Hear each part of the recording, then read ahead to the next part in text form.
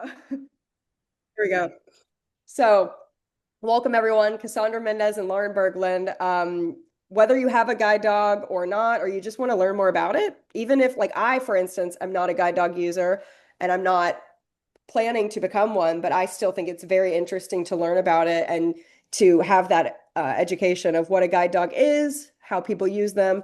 So, let's start the introductions. Lauren and Cassandra, if you just want to say a quick intro of, what your background is with having a guide dog and where you're from and all of that fun stuff. Cass, we'll start with you.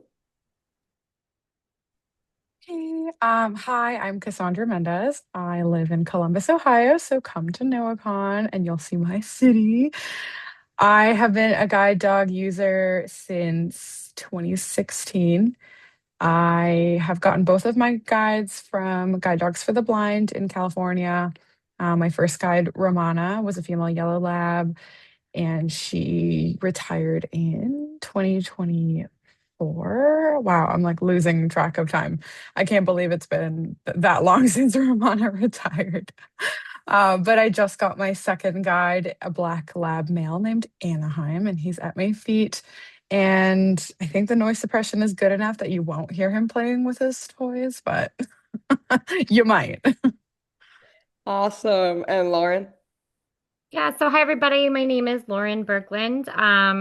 I currently live in New York on Long Island, but I'm from Iowa, kind of middle of nowhere, so a lot different place where I'm living right now.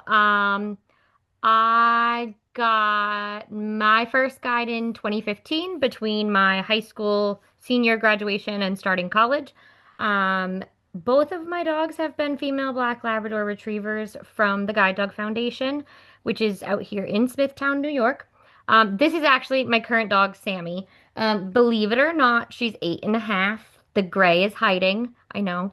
But she's up here because I have a dog that failed guide dog school who has fallen asleep in her normal spot. So Sammy put herself on the back of the couch. And Sam, what was it? 2019, I think is when I started working with Sammy, um, after early retirement of my first dog. Awesome. Okay, so I have a few questions for you both that I'm going to ask. And then after I ask these questions, we will open it to questions to the audience.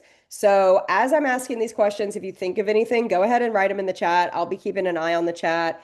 And also, if you're not comfortable using the chat, you can also just verbally ask a question after I'm done asking my questions that I have prepared. So Lauren, this time I'll start with you. So there are a lot of different guide dog school choices in the US. So how did you choose what school was right for you? Yeah, I love this question because I think it really is, it's an important thing to do your research and to look into the different options out there. When I first started actually looking at guide dog schools, it was the same time I was looking at and applying for colleges. So I ended up kind of treating them similar in that I did my research kind of formally, but also like talked to some people here and there.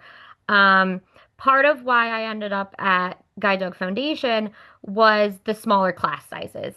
So there's only usually 6 to 8 students on class. And for me personally, I really just don't like large groups of people. I can find them overwhelming. So that was a benefit to me. It was also something I liked was that kind of mix of very non city, so very rural training to the full city of obviously New York City for training. Beyond that, the 2 week class was obviously a draw. There's so much that are nearly the same with guide dog schools nowadays that this is not as much of a kind of topic as it used to be, but there are some programs which are 3 or 4 weeks, and I didn't really have time to do that. I did apply to a couple other schools, but just kind of throughout the application process and speaking with people, it just kind of felt right. Um, Actually, and I share this because at the time it was discouraging, but looking back, it made sense. Each school has their own criteria for acceptance. So I did actually also apply to Guide Dogs for the Blind, but living where I did in rural Iowa, I couldn't walk out my front door and go to 3 different destinations because it's nothing. It was a dirt road. Whereas Guide Dog Foundation, they looked at that, but they also then looked at the soon to be transition into college and being in the city, and that work would soon develop. And I now further recognize it because of my professional experience that yes, that is kind of important. But I share that because people get a denial and sometimes are very discouraged. But it just wasn't the right fit at the time for me. Yeah, absolutely. All right, and Cassandra? Yeah, I'm really glad you spoke to a lot of that, Lauren, because there are so many different factors that you can consider when choosing what school feels right for you. I mean, you've mentioned a couple of them, like class size, training length.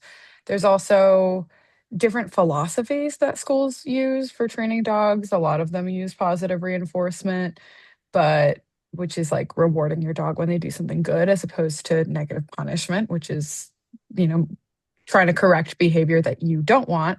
So there are like even contact with the people that helped raise your dog, whether or not you want more of a formal graduation, so to speak, or if you just want to kind of leave with your dog.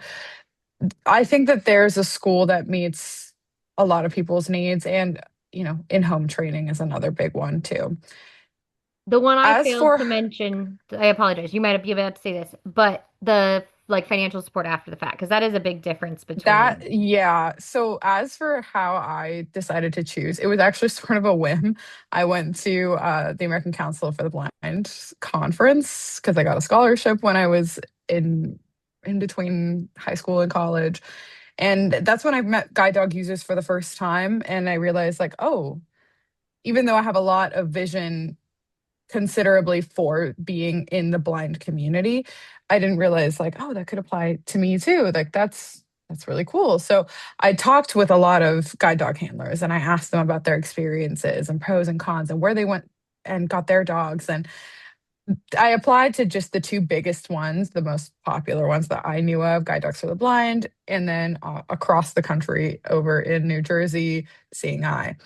And I actually did not get accepted to the Seeing Eye either, Neither did because I. okay, yeah, Just and I on know paper, people though, it was not even a on paper. conversation. On paper, It's they were like, negative. You have a little too much vision, which is funny because I do know people with albinism who I know we see about the same and they did get accepted to the Seeing Eye. So, don't let that discourage you if that's a school that you're really interested in. Their But, philosophy has changed a lot in that they no longer just very look at much that. so. Very much so. And this was like 2015. And I know folks that got their dogs in like 2020 and it's different now. So, you know, take that with a grain of salt. That being said, I definitely think I got accepted to the school that was right for me.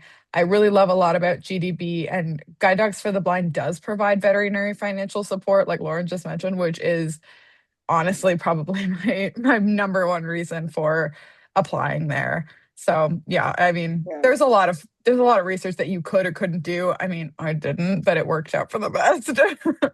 Yeah. So everybody on this call should be an adult with albinism. I'm assuming everybody here is an adult with albinism because that's who this call is for. And a lot of us sitting here, we may be thinking, okay, I'm low vision too. Like, could this be for me? Maybe some of you are questioning that, maybe not. But I want to know, I know you've both kind of touched on when you got your guide dog. But my next question is, when did you become a guide dog handler, which you've both kind of touched on, but what led you to that choice? So yeah, like what was the breaking point where you're like, you know what, I actually need this extra assistance. I think a guide dog would work in my lifestyle. And Cassandra will go, I'll just go back and forth. So I'll go first with you this time, even though you just spoke, but we'll, Sure, yeah. sure. So I wasn't, I don't know that I've clarified, but I was 19 when I got my first guide dog. It was in between my freshman and sophomore year of college. So pretty similar to Lauren, just basically like a year apart. I, growing up with low vision, legally blind, whatever you want to call it, vision impairment, I did a lot of normal things. I ran cross country in high school and I competed academically and I was a really good student and I went to a really small school. Of course I didn't drive, but there were not a lot of places that I could get to easily on my own in my neighborhood. I didn't live in a walkable place like New York City where I really could have been independent until I went to college.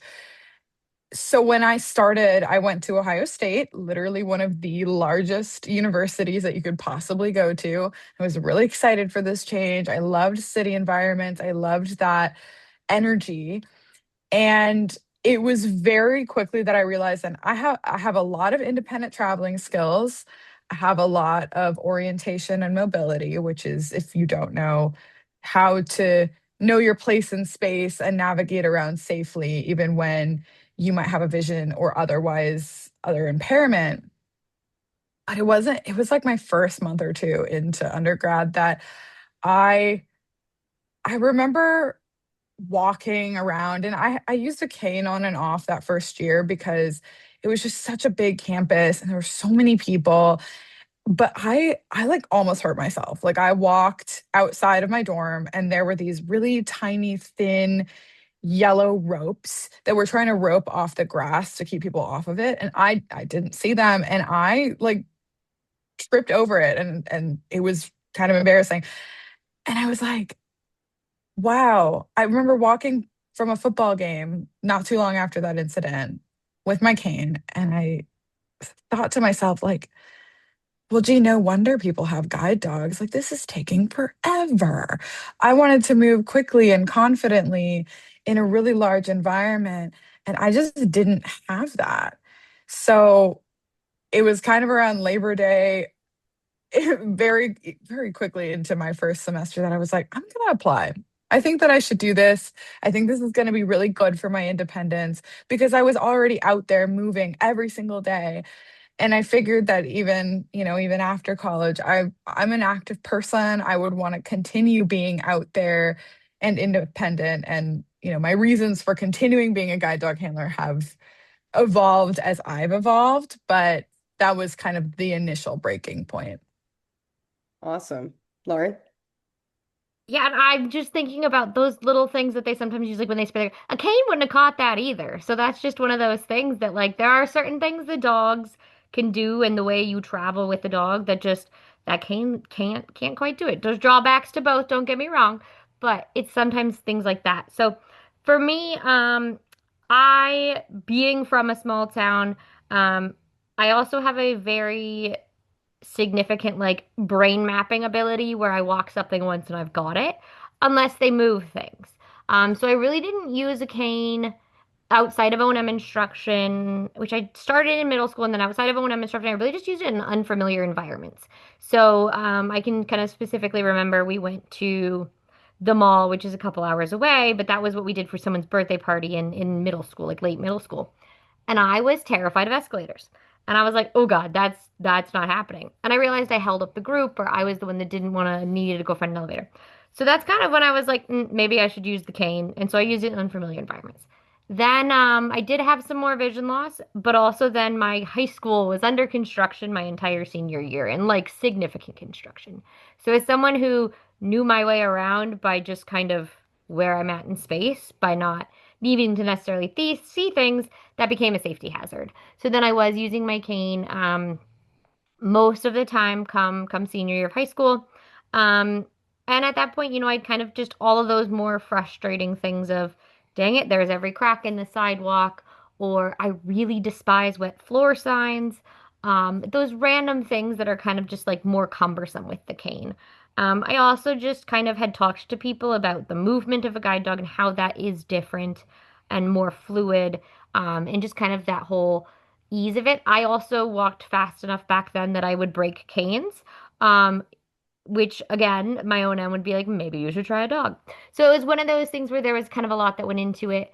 Um, Kind of a little backwards of Cassandra's with going to college is I started at a very small private university that was in the middle of a big city. So I would still take the bus places, but I could go to class and not cross a single street. Um, I then learned pretty quickly that that was not the place for me.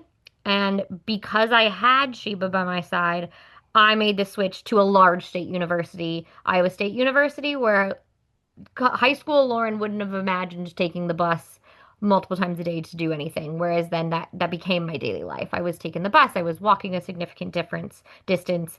And the crowd work, honestly, that is the one thing that I will forever. The dog is great. And even just the way you can move through spaces.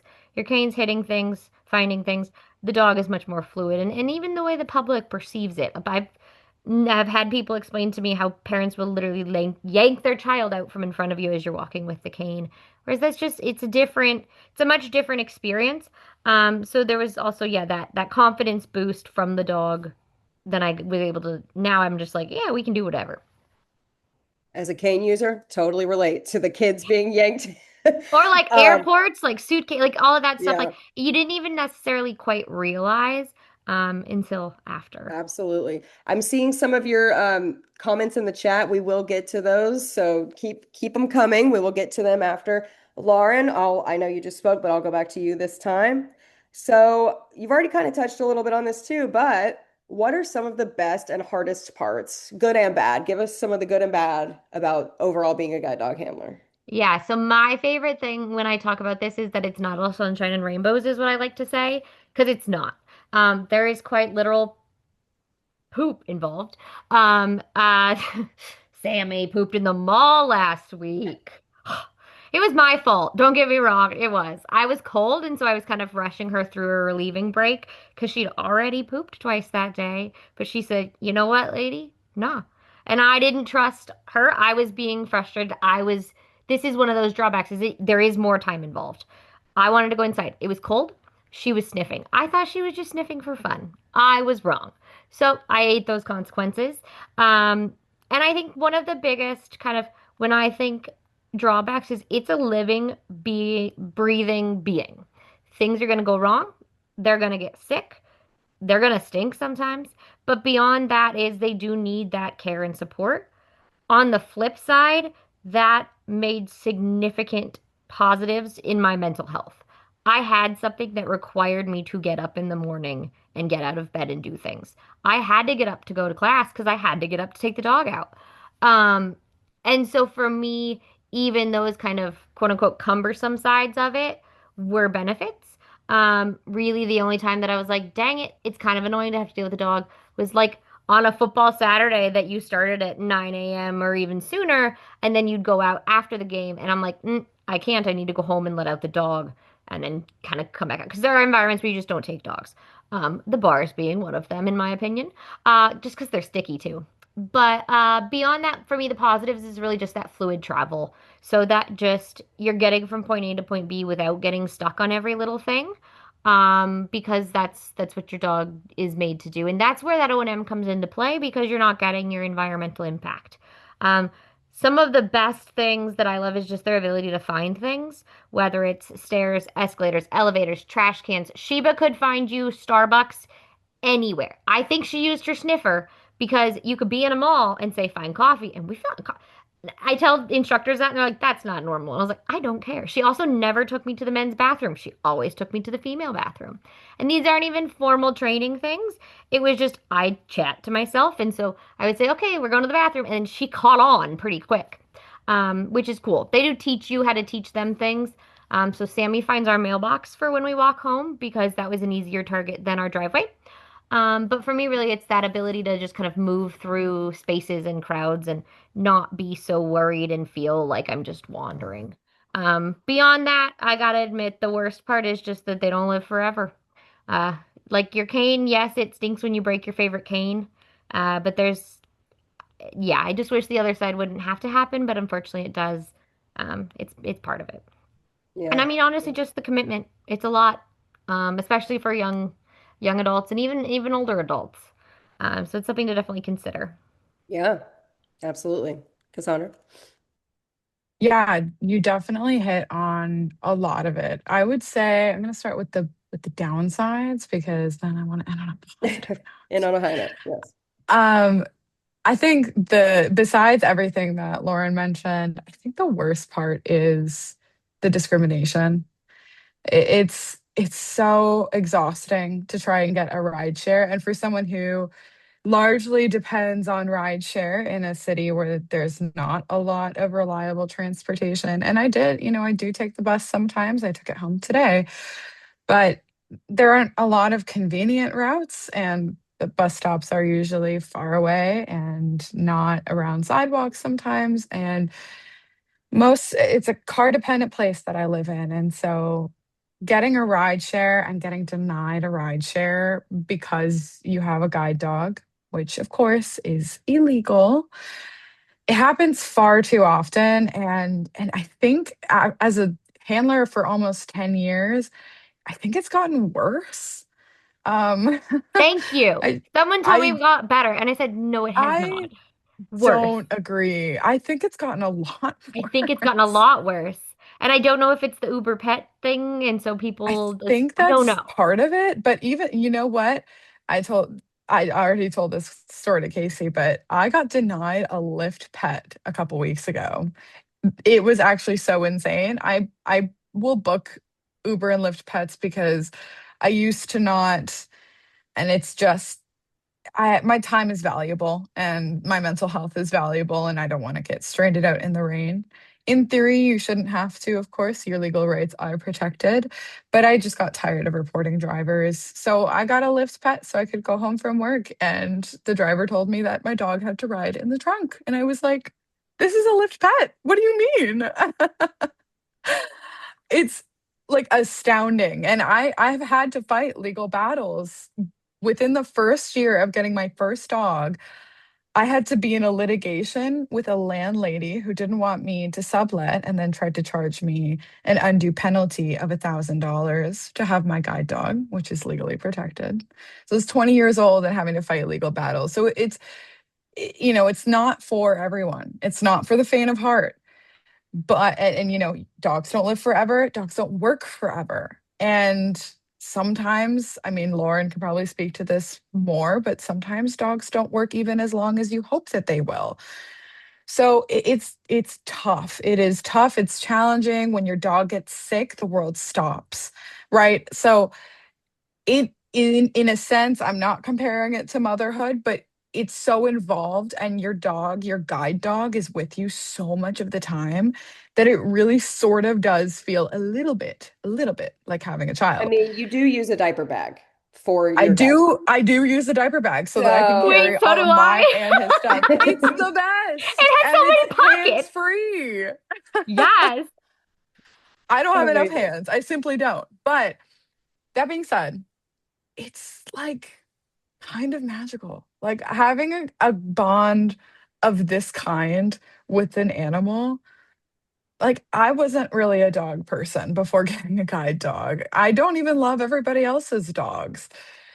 But having a dog that you just have this bond where you guys almost breathe symbiotically. I don't even think about it so much of the time, and you're just tuned into each other so tightly.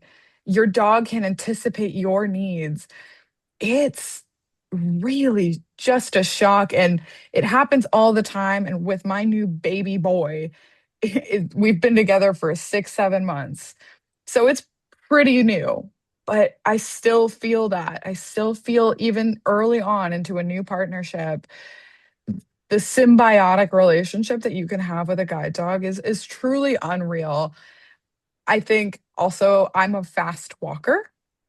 So being able to move at a pace that I really enjoy is amazing. I was recently at a conference with a coworker who's blind, and he doesn't really do much outside of his home. So he doesn't really need a guide dog. He's kind of just in the same place most of the time. But occasionally he'll be in new environments, and he's a cane user and he sees much less than I do. But I was like, Hector, do you want to go fast? And he was like, what do you mean? So I grabbed his arm, and then I told Anaheim to go forward, and we just like rocket off. And he was like, I have not walked this fast in so long. And it's so freeing to just have the wind in my hair, and he's moving and grooving. It's amazing. It's amazing. And also the crowd work. So being able to weave seamlessly through crowds, Casey has seen this firsthand because we went to Universal Orlando in November, And Anaheim is kind of a big dude, so he makes his presence known, and he's a very nice man. But he like wove in between people. He like straight up cut people off too. But it was awesome. He like carved a path out of this insane crowd.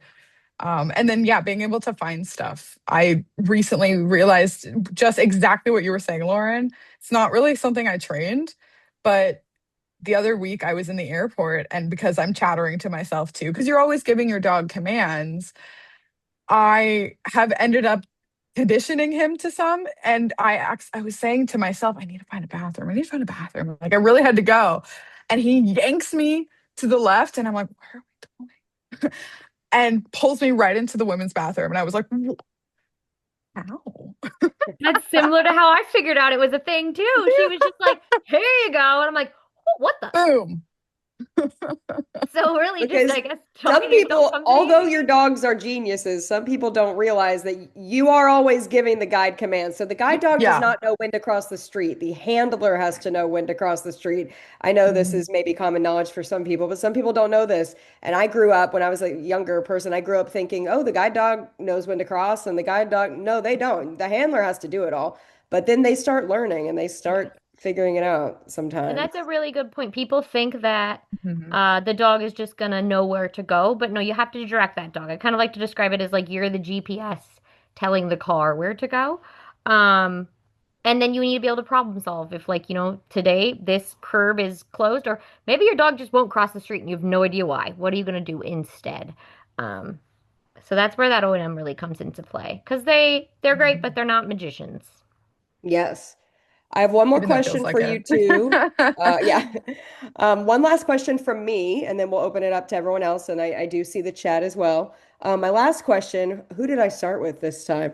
I think I'll start with Cassandra because I started with Mhm. Lauren last time. Cassandra, what advice would you give to someone who is considering a guide dog, or if they're curious? What's one of the first steps, or just advice? I think a couple things I would do are number one, talk to some handlers. That was one of the best things that I did looking into the guide dog lifestyle and schools and what's involved. I think that that's going to be a really good insight. I mean, hey, you're already here, right? If you're interested in getting a guide dog, you're already learning from some handlers. But if you want to know more, also reach out to the schools. They would be definitely happy to tell you what does it take to be a guide dog handler? How do I know if I'm a good fit? All of these questions can be answered. I think one of the last things is definitely 100,000% work on your O&M skills. You need to have a really good sense of where you are. I like the GPS analogy. I would say um like I'm the captain of the ship, and he's the guy on the wheel, right? Like he moves the boat. But if you don't know where you are and you don't know how to confidently get around and tell your dog and teach them a new route, it's not going to, you and your dog are both going to be lost. And that's not really helpful to their training. That's not helpful to you, of course. Now you're lost, but they're not a GPS. In theory, you are, right? So there are lots of ways to work on your O&M skills if you haven't. Your vocational rehab can help with that, both state and local. There are some schools, I mean, Guide Dogs for the Blind has an orientation and mobility immersion program that if you have the time to take a week and fly out to California, it is all free, right? Getting a guide dog is generally free. They will teach you how to navigate safely, do some cane training if you haven't had it already. It's a really good primer into what it would take for you to have the skills in order to safely be a handler. Great, thank you. And Lauren? Yeah, and I too always recommend that. And also, some people, the one thing that I think is it's an important reminder. the biggest thing is it doesn't have to be a cane skills. We're talking when we talk orientation and mobility, it is quite literally everything. So the orientation where you're at, but then the getting to and from. And so it could be even just kind of you could ask for O&M and focus on evaluating traffic patterns and intersections and listening to traffic and learning that. Um, that was something that I'm really glad I learned at a young age in O&M.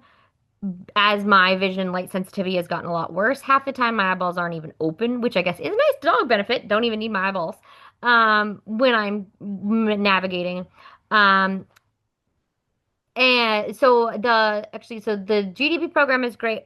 Leader Dogs for the Blind, which is in Michigan, actually recently came out with, they have one and they do not give one single care if you ever intend to get a guide dog ever. You can just avoid that part altogether. So even if you just want to brush up on your skills, I've talked to quite a few people who've gone to it, some that had worked dogs for 40 years and then because of what's going on in the industry right now in shortages are back to the cane for the first time in 40 years. And he loved the program. And this is a man who doesn't just love anything. And so there's options out there for those O&M. As an adult, it's definitely a little bit harder to go about getting those services. Um, Especially if you're not or are like employed just because of how funding works and stuff. So those are definitely two good options. But I think is it GDUI or NAGDU that has the guide dog school surveys where it's like all the data? I think it's GDUI. I think so too. So Guide Dog Users Inc., which is a subset of American Council of the Blind, has a survey, they call it, but basically they send a list of questions to the different guide dog programs, and those programs answer. And so it is a way to like quickly go to a website, get the straight facts. Obviously, I would verify things, and not have to do so much digging because admittedly, as and I'll say, as I work in the guide dog industry, so it's a little bit cheaty when I talk about this, but unfortunately, half of our websites are very not easy to navigate for some with vision loss. So I just always like to mention that there is that secondary, like quick way to get the info. But I think talking to people is really the way to go, going in with an open mind. And so for some people, breed matters. That's the one thing I don't think we did touch on because we both come Oh, from that's so labs and true. golden schools. But there are people who really want a German Shepherd. There's only primarily two, occasionally a third there. And then if you need a hypoallergenic dog due to your living situation, um, Guide Dogs of the Desert does poodles. They're the only ones. And then there's a program called Freedom Guide Dogs that does something called a Bouvier. I don't know what it is, but apparently it doesn't shed. So the more you know. Oh, I don't even know how to spell that to look it up. I've tried, Bouvier. can't get close enough. That's what I wow. would A need. That and a Bouvier. poodle. Yeah, Yeah, so Yeah, the I'm standard yeah. glad you poodles. mentioned that because, like, I mean, it's not the only reason. There are many reasons why I've chosen not to go that route, but allergies is a big one for me. Yeah. And Mhm. so there's also like so guide dogs of the desert will consider like if you work in an occupation where you have a high likelihood that your dog's dander couldn't play, they'll even consider that kind of stuff. But Yeah. for the most part, most of them are labs and goldens. You Mhm. can add preferences for color, gender, sex, etc. Not gender, sex. But sometimes it's best to just let them do the work in finding the best dog for you. Hmm. Yeah. Yeah. It's the I running think joke that I just have the female black labs that start with S. that's It so was not right. possible. Start with us, yeah. That's so funny. And I feel like I had one of each. I had one yellow, Yeah. one black, one male, one female. You just, you never know fully what you're going to get. But Mhm. I feel like I've really, really loved both of the dogs I've had. They're total polar opposites, honestly. Yeah.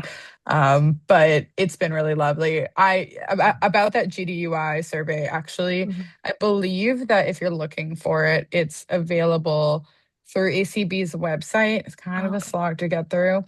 but there is, I think, an audio recording of the Oh, readout yes. of it from the conference. Yes.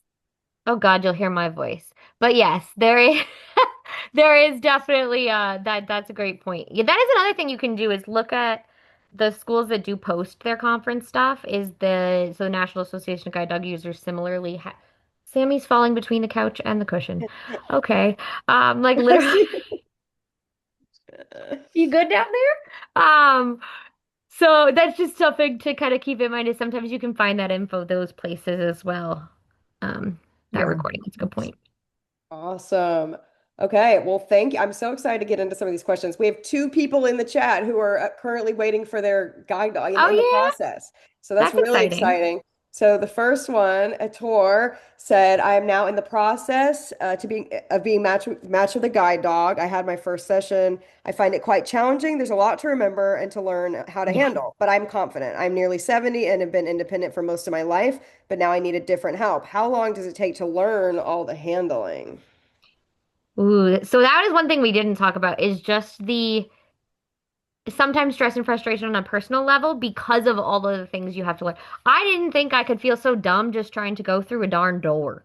But now I don't even think twice about it. They say 6 months to a year to really get that fluid dance and partnership down because it is all the things.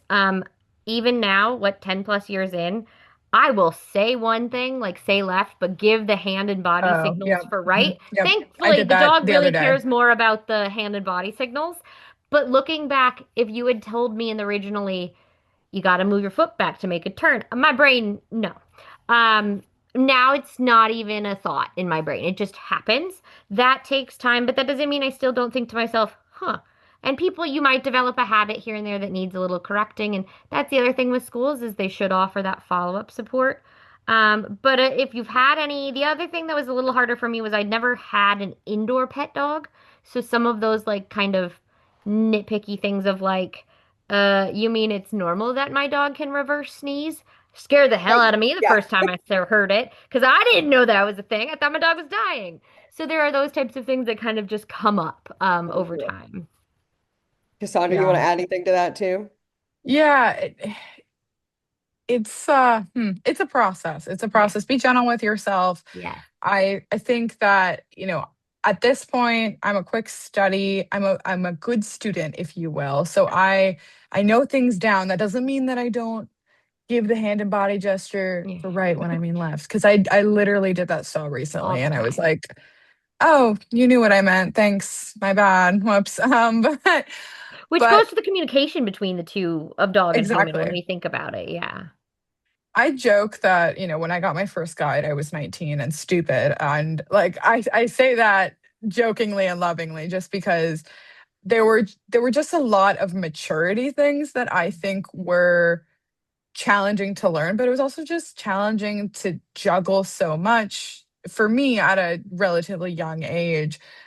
Being in college, trying to manage a dog and like remember everything that I learned in training. And I was a little on edge because I wanted to do right by the school Mhm. and right by my dog.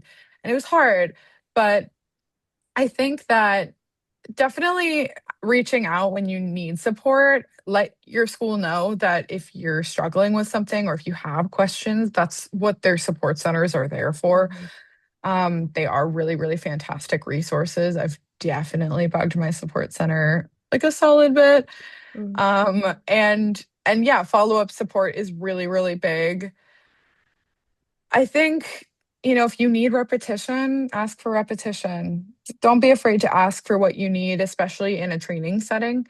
Um, and yeah, that is like the purpose of training. Yeah. When I went back to train with Anaheim, a lot of my friends were like, but if you've done it for 8 years, why do you need to go back?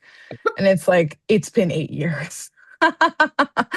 And you get to Yeah. reset and go back to basics, and they really just get to work with you intensely. And it was a lot easier the second time around, I will say. It was way easier for me personally. Myself as well. One thing I just thought of is depending on the program, they're hopefully offering Juno, which is basically takes the whole weight of the stress of I'm gonna break the dog out of it because the human is the dog. It's a little fake kind of way to get a feel for how to practice the things, and then you don't have to worry as much about all the little hiccups. Awesome. Lena has a question, and Cassandra, I'll let you go first this time, and then Mhm. Lauren, because it's going to be different for everyone, but I want to hear your personal experiences with this because I know Cass has one, Lauren, you might too, and I know you're in the industry too of guide dogs. So Lena says, what is the average wait time for a guide dog after being accepted? I've been waiting for a year now. Yeah. Sorry, Well, I knew this would be triggering, maybe. I, It's really long is the short answer, unfortunately, and that's really hard and gut-wrenching, to be honest. I lived through it. I the application process honestly also takes quite a while, usually just because they often need to send out a representative to pace walk with you and to watch you navigate and make sure that you are still able to do that safely. So it's a longer process. I would say the application process took me from about September through December, and then I got accepted in January of 2024. Um, it's it depends the school, and it also depends your preferences. For someone needing a faster paced dog like myself, the wait was longer. Um, if you are a pretty moderate pace person, you have no preferences of color or sex, like you may be able to get in faster at some schools. But I, based on my experience, the experience of other folks waiting at GDB, and also what I've seen online from other schools, I think it's relatively the same. I think they're quoting like maybe 8 to 12 on the conservative and on the like maybe more standard dog end, and then probably up to 24 months for a faster dog, which is really frustrating. So in theory, I guess I didn't wait that long. I went to class in August of 2025, so it was about a year and a half. So yeah, I'm so Yeah, I sorry. no, and I can give kind of even the more background and formal to this just because of what I do. The school should be communicating with you though, kind of, especially when you were accepted what they estimated, and then you can always check in and ask. I would say a year is the lower end of average about now. Um, it's important to keep in mind j just how many factors go into it. Um, because in addition to just that, what we would call pace, you also have something that's called control factor. So, and part of the process of the application also looks at your ability to handle and manage a dog. So some dogs, the release dog I have would be like a control factor of 4 because when she's distracted, she's very distracted. She is going to lunge for the bunny, or she's potentially going to bark. And so she requires a lot more of that handling even as a pet dog. My first dog, because of the world that we lived in and worked in every day, being the busy city with all the stimulus and all the crazy, when her little heart was onto something, especially a sniff on the floor, her little heart was onto that and she needed a higher level of correction. Sam's a potato, as you can see. Um, falling between. So that's also something that goes into the play, in addition to the speed, and the pull, the environment, your exposure to off-leash dogs, ducks, geese, squirrels, bunnies. Do you take the train or the bus? Do you go to places where there's routinely loud noises? All of that goes into play even before you even consider if you have that preference. Um, and so on average, because it's a tricky thing because then there are those random spur of the moment, we have a perfect dog for you at this time and it's just a coincidence kind of stuff as well. That's actually what happened my first time around. I got the acceptance phone call and the class invite phone call at the same time. That doesn't happen often. But it was one of those things where they just happened to have the right dog for me at the time and it all worked out great. Um, I would say there are some programs that are potentially getting people in a little bit faster. One of the biggest things happening though right now, and the reason behind the wait at a lot of places, is there is a dog supply issue. I know it sounds like it wouldn't be a thing, but it is. And in the realm of dogs that you'd want to be your guide dog. You would not want my release dog as your guide dog. There's many reasons why she was released. She makes a good pet dog. She'd make a terrible working dog. So the working dog, especially a guide dog, has to have such high levels of confidence, assurance, their ability to kind of problem solve, but their ability to keep their ground and do things. So the intelligent disobedience. I say forward, she says, "No, lady, there's a hole in the ground." She needs to stand her ground. But more than that, she's actually constantly making decisions. When you think about that crowd work, the dog is literally looking for spaces to figure out where you would fit. They know the width of you guys.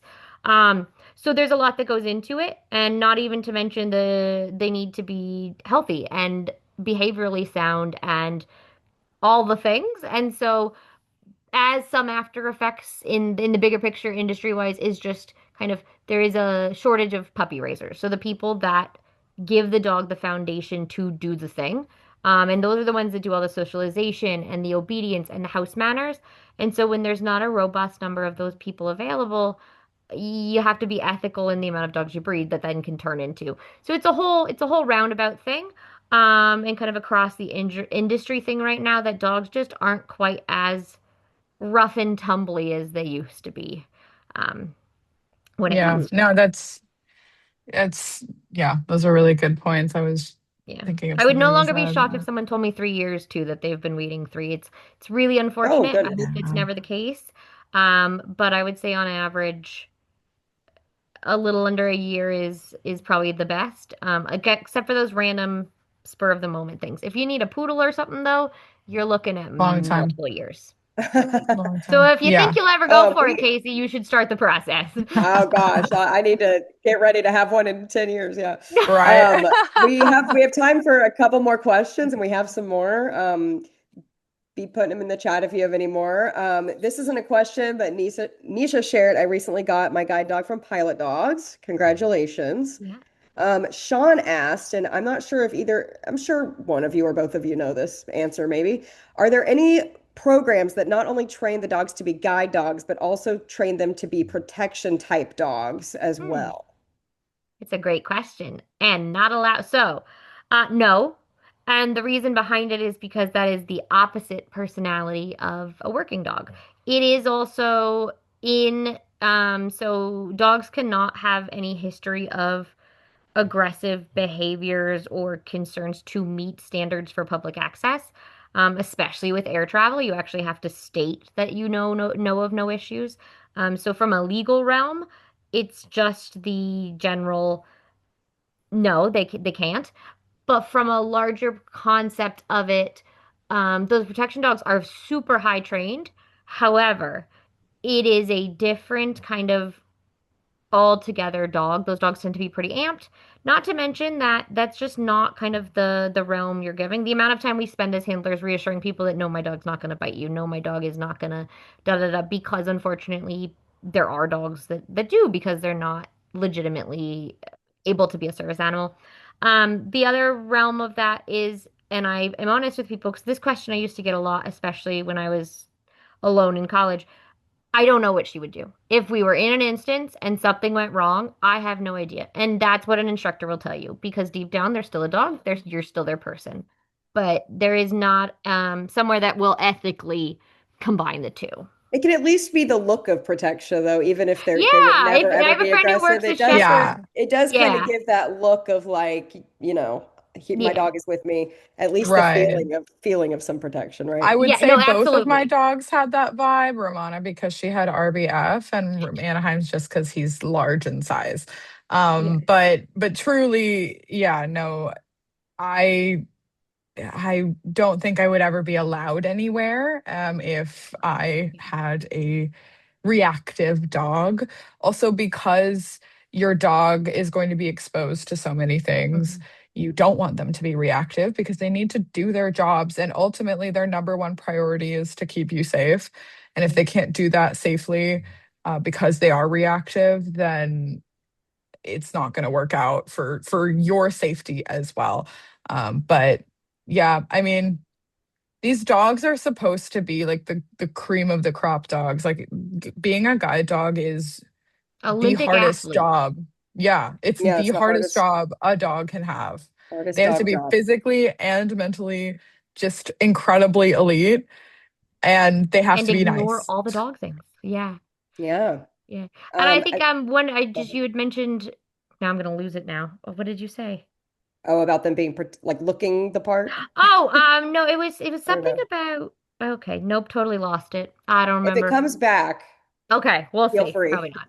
And a tour asked, I think we kind of touched on Oh, this it a bit. came back. Oh, go ahead. When we talk about like how your dog is acting in certain situations, Our dogs have to be able to sit there and like watch you go to physical therapy and have actual pain Yeah. inflicted on you and them not have a single care in the world.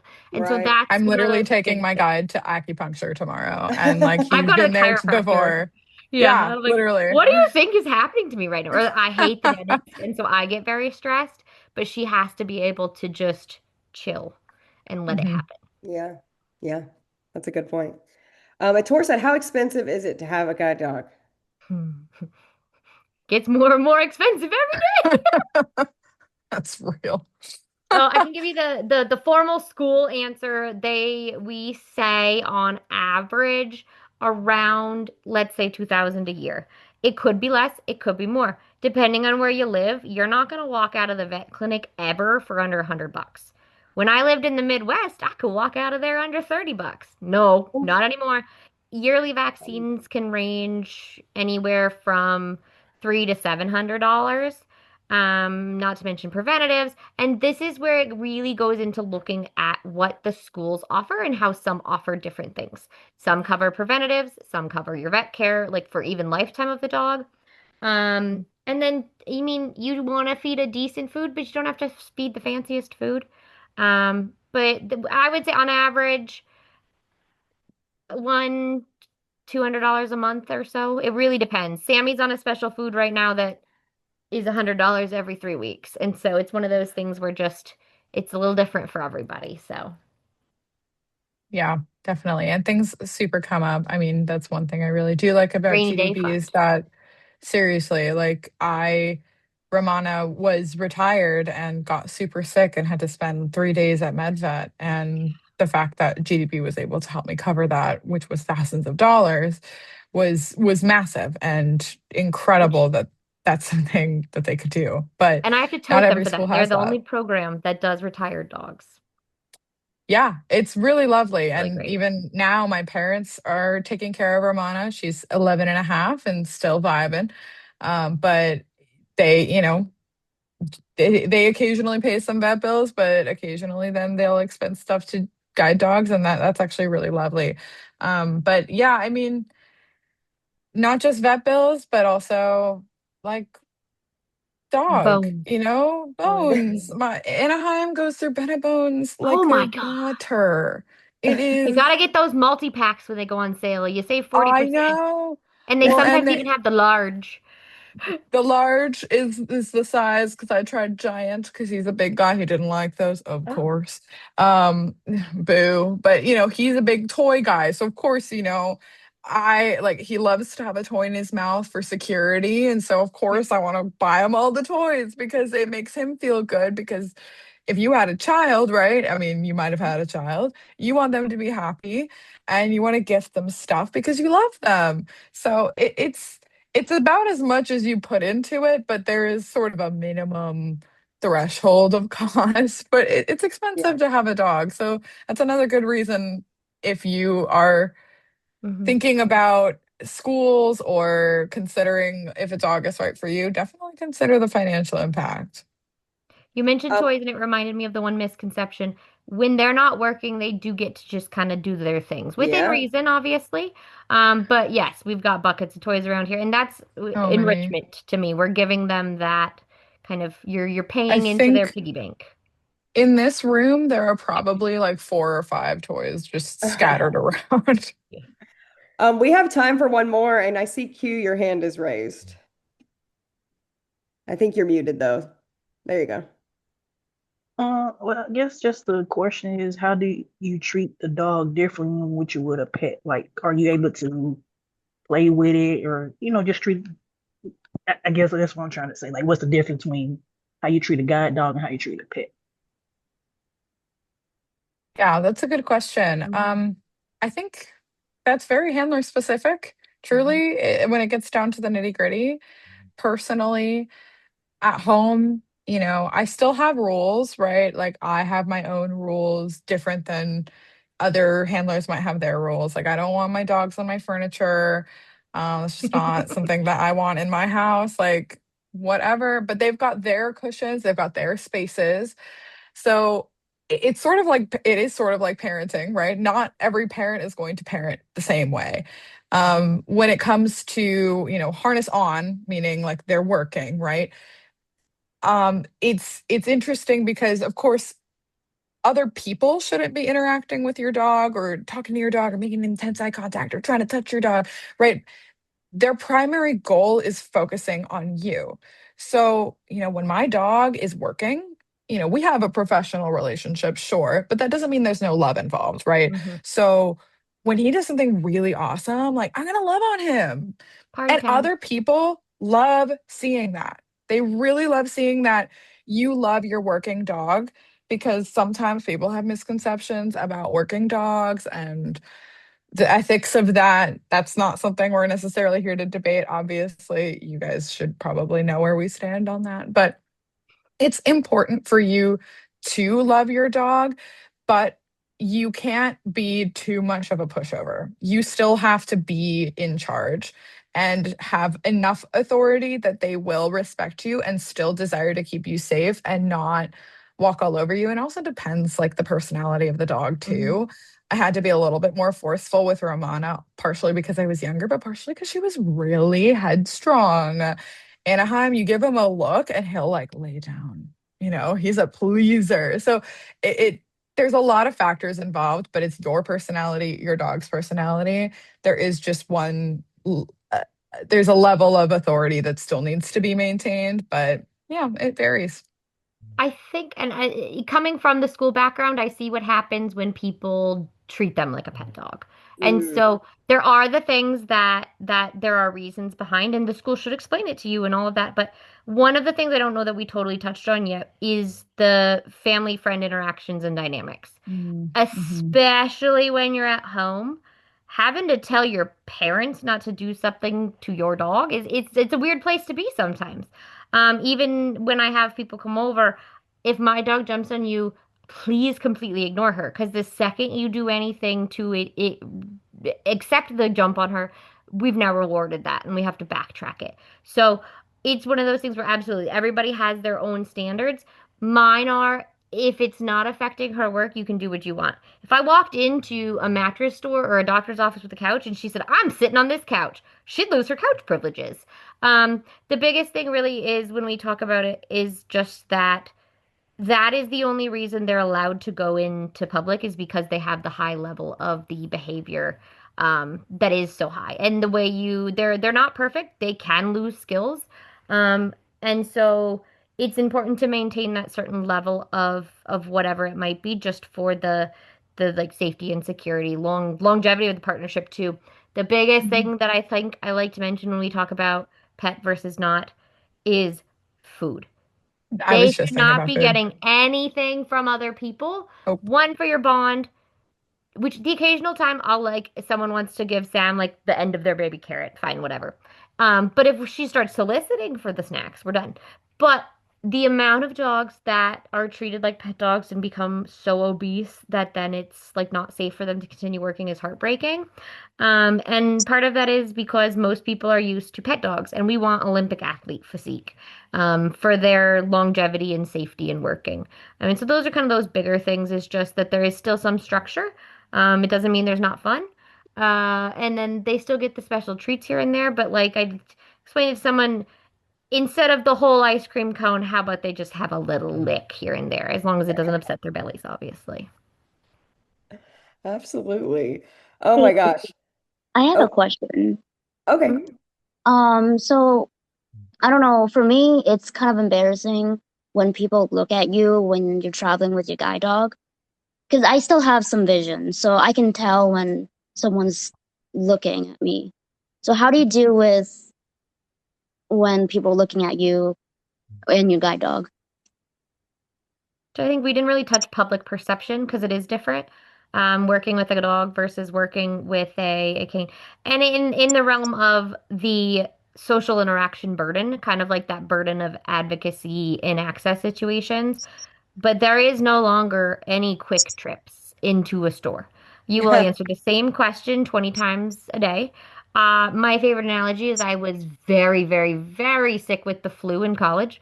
I just needed to go in and get my prescription. But the amount of people that had to talk to me, I was like, ah. So that is the one thing, is there is that higher social interaction. Personally, I can't necessarily tell. I don't love when I can hear people talking about me and the dog as if I can't hear it. But I think it's one of those things where that happened to me previously as well.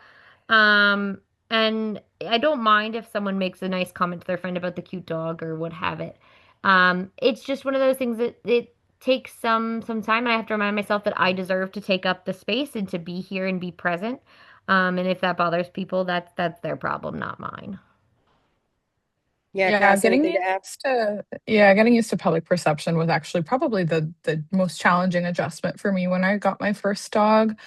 I really just wanted to go where I wanted to go and not have to be a sideshow for people. But I also think that that was an unfair thought for me to have of the public, Mhm. right? I'm in a Starbucks. There's not any other dog in this Starbucks but mine. And yeah, she's working, she's on task. But at the same time, it is a novelty. And after And they're cute. almost, they're cute. She was, and Romana was Beautiful. beautiful, and she knows it and acted like it. And so, people would compliment her. She'd like swell, and it's hard because that was something that I really struggled with. But truly, I think after 10 years of being a handler, like a lot of maturity, just a lot of personal growth and development anyway. Like Mhm. I've honestly just learned to tune it out for the most part. Yeah. People tell me, what a handsome boy. I'll say thank Oh, you. thanks. Like you just that like it's a dog. People love dogs. You kind of just have to accept it as part of the experience. And if that's not going to work for you, then think really carefully about whether or not you really actually want to deal with this forever, Mhm. because it's never going to stop. hmm And you're not obligated to engage. That's something I've had to You're kind of not. teach myself. And I'm trying to get better about it. I actually I have a friend who printed Sammy little business cards with the common FAQs. By the time I get one out of my pocket, could I have just answered the darn question? Sure. But it's one of those things where you don't owe people your story, but it is one of those things where I didn't expect all the dead dog stories once I got a dog. I don't know Oh why the my. heck people do that, but I got assaulted with that at the airport the other day. I was like, that's nice. Can I order my food now? Uh, That's so funny how it's a very, very like a lot of the experiences of guide dog handlers are very universal because I talk to Cassandra quite often, and Lauren, so many of the things you're saying, I'm like, yep, she's told me that. Yeah. So this has been so amazing. I think we could talk for 2 more hours because there's so much knowledge, wealth of knowledge. But I do want to be respectful of everyone's time. And I want to thank again Cassandra and Lauren for coming on and sharing your wisdom. I hope this helps some people. Anybody who either just got a dog or is in the process, good luck. yeah. Congratulations. We're rooting for you. Hope that things continue to go well. Hope that your wait is not too much longer, Lena, for your Yeah. dog. Yeah, so keep us posted with how all of that goes. But thank you, ladies, and maybe we can, I'm always open for a part two for any of these Oh, calls if people are interested. So if you liked what you saw here, let us know. And yeah, thanks everybody. Have a great night. yeah. Thank you. Bye.